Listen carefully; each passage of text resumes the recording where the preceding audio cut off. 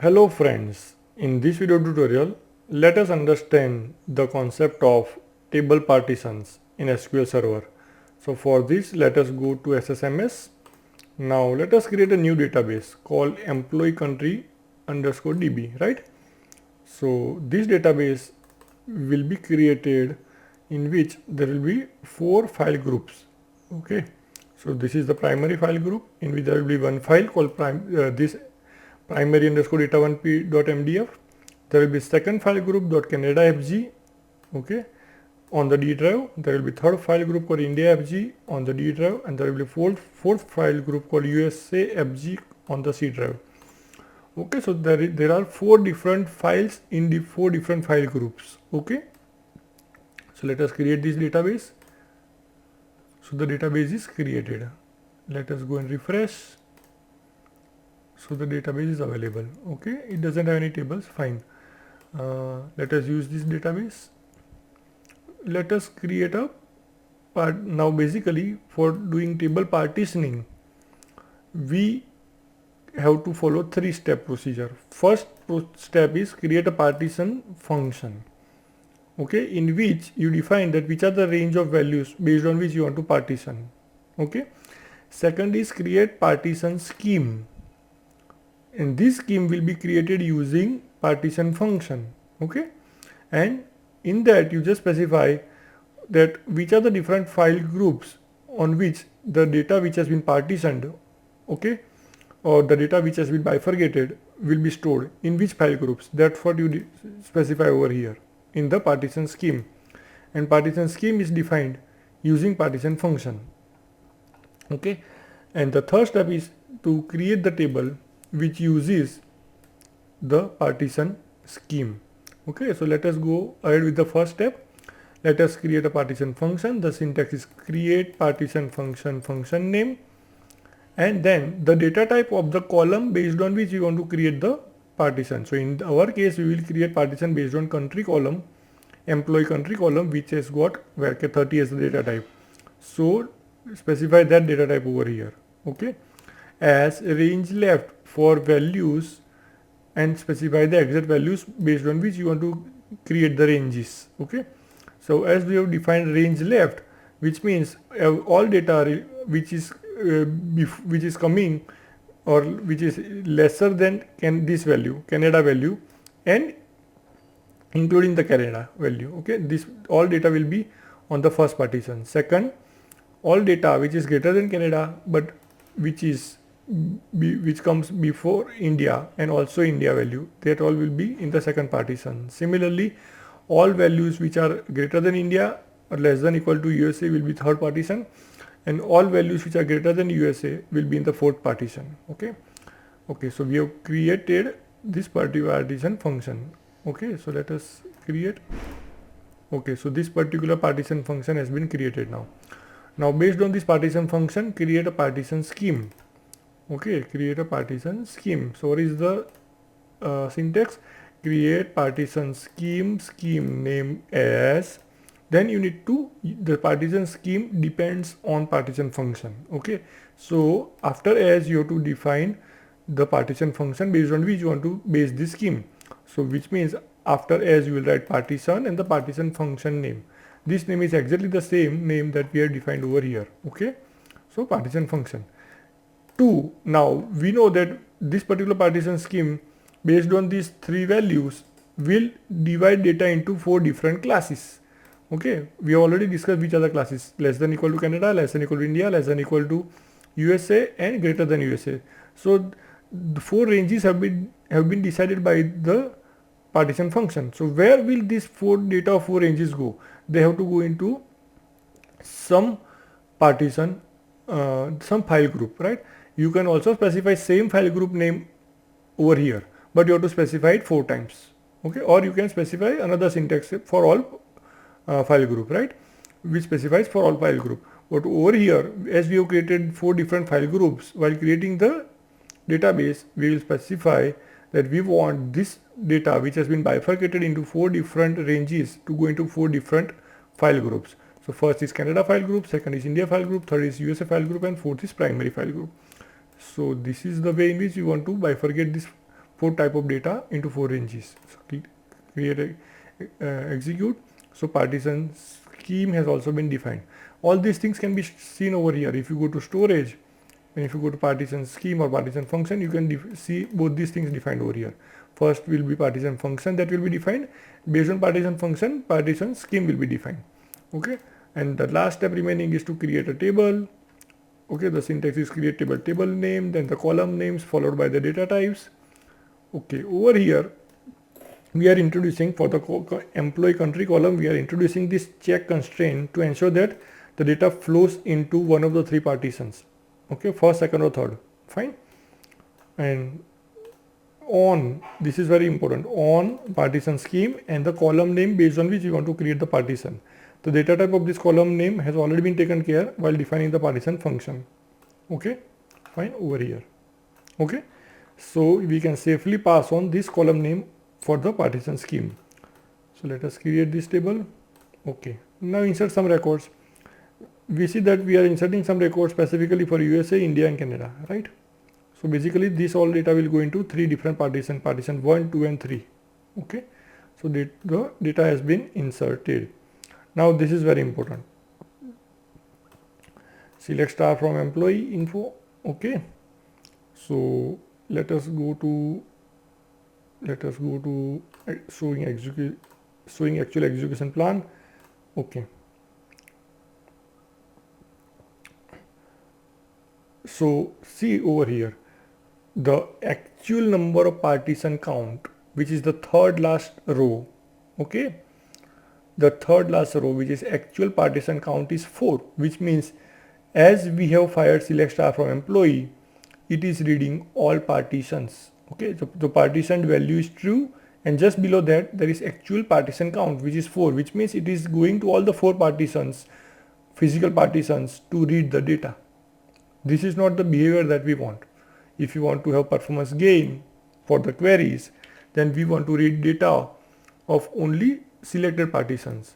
So in the second example, select star from employee info where employee country in Canada or India, which means now we want to read data of only Canada or India partitions. And as the column based on which the partitions are defined, that is employee country in our case, as that column is forming part of the selection criteria, that is, it is forming part of the where clause, the partition elimination will occur, and now this particular query will read data only from the first and the second partition, that is Canada and India partitions. It will not look into the third partition, that is USA partition, or the fourth partition, which is primary partition, right? It will not look into the third and the fourth partition, which is for USA and primary, right? So in our case, this query will then look for data only in two partitions, that is the partition for Canada and India, that is for the first and the second partition. So let us execute this query and see whether the desired output is as per what we have planned. So let us click execute. Let us go to the execution plan. Now over here you can see that partition is equal to true, and just below that, that is the third last row, it shows as actual partition count equal to 2, and that's the result that we want. Okay, so in this particular case, this particular query is reading data only from 2 partitions. Okay, that is for partition for Canada and partition for India, and this can lead to performance improvement for the queries. Okay, so hence if you include the partition column in your where clause, then you can have better performance of the query with the help of partition scan. Okay, that is with the help of partition elimination, a mechanism called as partition elimination, which we can generally refer to as partition scan. Okay, okay, so now we have seen how to create define partitions, how to partition, and how to use how to create queries which make use of the partitions in order to have partition scan. Okay, now after we have seen for partition scan, let us see few more things. How, if we want to verify whether the table is partitioned or not, this is the way we can verify. Okay, so select star from sys.partitions where object id equal to object id into bracket the table name. In our case, we are passing the employee info name, and it is showing us 4 partitions, partition number 1, 2, 3 and 4. Okay, fine, and it is showing that the data is not compressed in any of the partitions. Okay, Okay. What if you want to partition an existing table which is a non-partition table? Okay. So all that you need to do is create clustered index with the index name on the table name. Okay. And specify the column on which you want to create the clustered index on, and then in order to partition this clustered index, that is the partition, in order to partition this table, you just define on and the partition scheme, and into bracket provide the name of the column based on which you want to partition the data, or based on which you want to bifurcate the data. Okay, so if you execute, you can create partition, you can convert an existing non-partitioned table into a partition table by creating a clustered index which is using the partition scheme, which is actually itself partition based on the partition scheme. Okay. Okay, now let us drop this clustered index. Now, what if you want to create online clustered index for creating this partition table? Then the syntax is create clustered index, index name on table name into bracket the column based on which we want to create the index, with online equal to on, sort in TempDB equal to 1. This is an optional thing that we have provided. We want the sorting to occur in TempDB. Important thing is online equal to 1. This will create a index which is created online, that is the table is available at the time when the index is getting created. On partition scheme into bracket the column, the partitioning column. Okay, so if you execute this statement, it will partition this table. Okay, when the partitioning of this table happens, that is the creation of this clustered index happens online, that is at the time when this index is getting created, the table is available for data queries. Okay, the table is available to the end user. Okay. Okay, now as we have seen many different concepts related to table partitioning, let us see few more concepts which are related to table partitioning. Okay, so what if you want to switch a staging table into a partitioned existing partition table? Then let us just discuss the syntax for some of the scenarios which we can come across while using the partition tables. Okay, so one case where we have a staging table which has been loaded with data, and we want the staging table which is having exactly the same structure as the partition table. We want the staging table to become, that data to become part of the staging partition table. In that case, we can use syntax like this: alter table source table, that is a staging table, switch to target table, that is a partition table, partition and the number of the partition where we want to transfer all this data of the staging table. Okay, now let us see few more examples.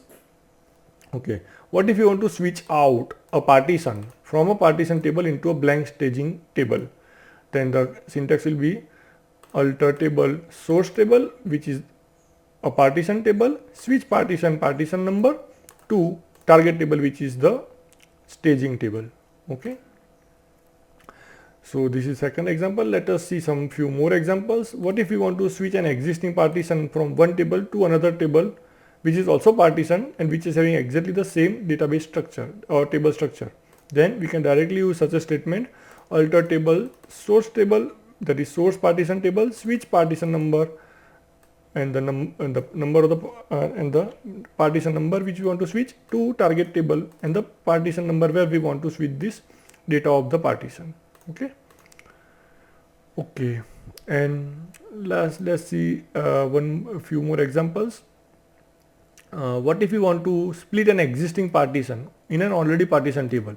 So assume that there is a partition table, and if you want to split the data in a particular range in two ranges, that is, we want to divide the existing partition into two different partitions. Okay, and we want to create two different ranges from an existing range.